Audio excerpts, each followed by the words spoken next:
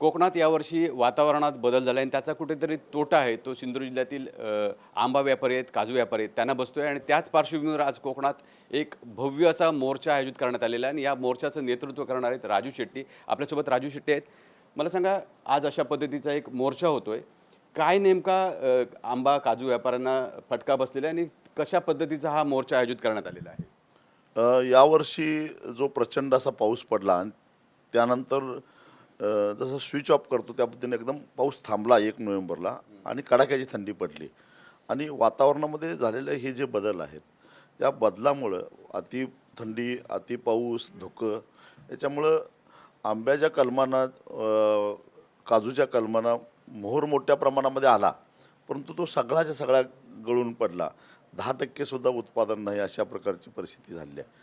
आता ही जी स्थिती निर्माण झालेली आहे ह्याला शेतकरी जबाबदार नाही आहे. लक्षात ठेवा, वातावरणामध्ये हे जे काय बदल होत आहेत हे वैश्विक तापमानवाढीचे सगळे साईड इफेक्ट आहेत आणि त्याला शेतकरी अजिबात जबाबदार नाही आहे. त्यामुळं ही जबाबदारी राज्य सरकारची आहे, ही जबाबदारी केंद्र सरकारची आहे की या शेतकऱ्यांना आधार देण्याची. कारण त्यांनी खर्च करायचा जो सगळा करून झालेला आहे.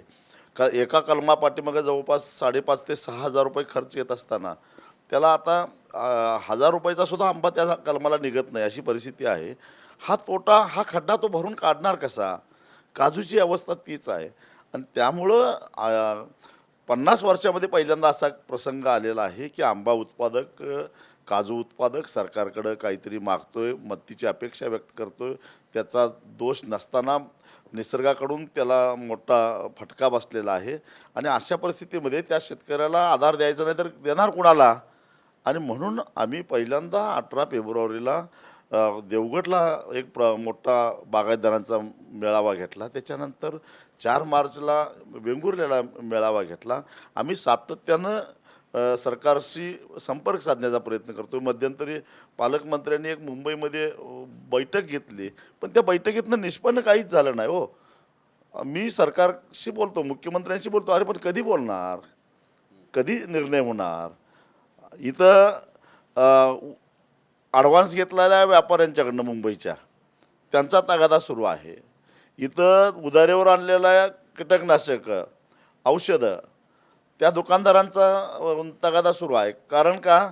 तर आंब्याचं पीक येणार नाही सगळ्यांना माहिती आहे. मग या शेतकऱ्याला तर त्रास द्यायचा. हा आता थोड्या दिवसांनी 31 मार्च जवळ आला, बँकेचा तगादा सुरू होणार आणि मग शेतकऱ्याने करायचं काय? नक्कीच. शेट्टी, मला सांगा, नेमकी बागायतदारांची मागणी काय आहे? काय कशा पद्धतीची नुकसान भरपाई मिळेल? कारण आता तर बघितलं तर आंबा व्यवसाय आता कुठे यायला लागला. अजूनही तसं म्हणावं तसं आंबा पीक कुठेही दिसत नाही. मग बागायतदारांची मागणी काय आहे? हे बघा, रत्नागिरी कृषी खातं आणि सिंधुदुर्ग कृषी खातं, अर्थात त्याच्यामध्ये महसूलचेही अधिकारी होते, आंबा संशोधन केंद्राचे शास्त्रज्ञ होते. यांनी एक संयुक्त पाहणी केली आणि त्याच्यातून रिपोर्ट दिलेला आहे की 5 ते 10%च पीक आलेलं आहे आणि सगळ्यात जास्त फटका बसलेला आहे तो जगाच्या बाजारपेठेवर राज्य करणाऱ्या हापूस कलमांना बसलेला आहे. आणि त्यामुळं सरकारकडं आता हा सगळा डेटा आहे, सरकारकडं माहिती आहे, पीक आलेलं नाही आहे. आणि दुसरं, आता काही दिवसानंतर देवगड, वेंगुर्ला असं लेबल लावून दक्षिणेकडचा आंबा मार्केटमध्ये येणार आहे. आणि हे म्हणाला तयार, बघा मार्केटमध्ये आंबा नाही म्हणता आणि मार्केटमध्ये आंबा आला. ह्या चोऱ्या आम्हाला सगळ्या माहिती आहेत. तेव्हा एवढं सांगूनसुद्धा सरकार काही निर्णय घेणार नसेल. कारण मी कालच दिल्लीला जाऊन आलो. तिथं राष्ट्रीय आपत्ती व्यवस्थापन अथॉरिटी जी आहे, त्या प्राधिकरण, त्याच्या सचिवांना श्री वस्त म्हणून आहेत, कृष्ण वस्त, त्यांना भेटलो. त्यांनी सांगितलं की राज्याकडून आमच्याकडे काहीच संपर्क साधलेला नाही आहे. एखादी टीम केंद्राची यायला पाहिजे, कारण केंद्र सरकार आपली जबाबदारी नाकारू शकत नाही. ही काही वातावरणामध्ये बदल झालेले आहेत, त्यामुळं हे नुकसान झालेलं आहे आणि त्याला केंद्र सरकारची जबाबदारी नाकारता येणार नाही. NDRFमध्ये मोठा हजारो कोटी रुपयाचा फंड पडून आहे. मला सांगा, आज जो मोर्चा झाला, किती शेतकरी या मोर्चामध्ये सहभागी होतील, काय सांगा? शेतकरी मोठ्या संख्येनं येतील. कोकणात कुठं आंदोलन, कुठं मोर्चा, कोण येतं यांच्या मोर्चाला, असं जर कोणी समजत असेल तर त्यांना मी एवढंच इशारा देतो, आज दिवस आहे तो 12 मार्च आणि बरोबर 96 वर्षापूर्वी 12 मार्च 1930 साली केवळ निवडक 78 लोकांना बरोबर घेऊन महात्मा गांधींनी याच दिवशी दांडी यात्रा काढलेली होती आणि त्या दांडी यात्रेनं पुढं काय झालं सगळ्यांना माहिती आहे. त्यामुळं या मोर्चामध्ये किती लोक येणार आहेत, कोण येतं आहे असं जर कोण म्हणत असेल तर त्यांना कळेल पुढं काय होणार आहे ते. अगदी शेवटचा प्रश्न, आज विधान भवन आहे तिथे बॉम्बने उडवून देण्याची धमकी सुद्धा देण्यात आलेली आहे, अज्ञाताने ही धमकी दिली, त्याबद्दल आपलं म्हणणं काय?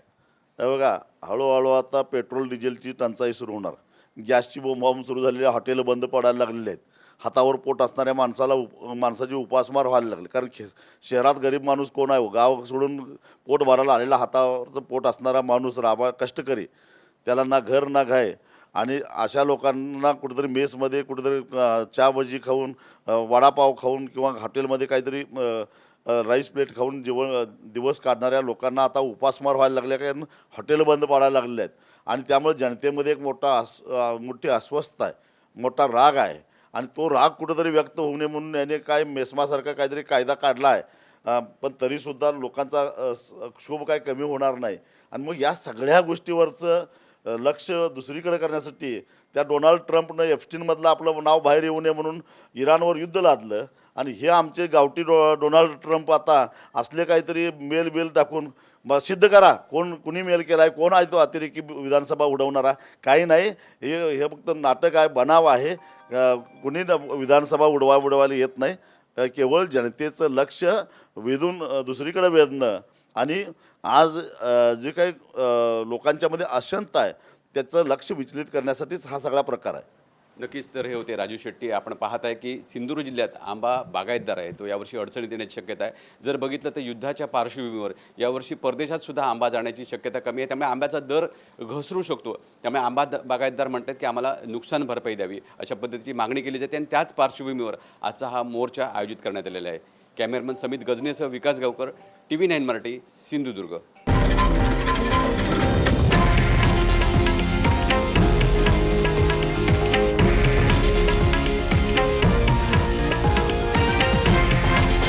हे आहे देशातील नंबर 1 न्यूज नेटवर्क आणि आपण पाहत आहात TV9 मराठी, एकमेव.